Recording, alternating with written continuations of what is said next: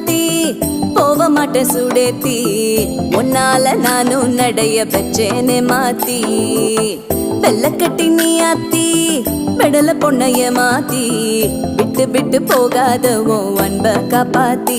এটা পুরোপুরি আটা দিয়ে তৈরি আর গুঁড়া দিয়ে। ভালো লাগবে তোমাদের সবাইকে। যদি ভালো লাগে তাহলে লাইক কমেন্ট শেয়ার করে দিও। আজকে তৈরি।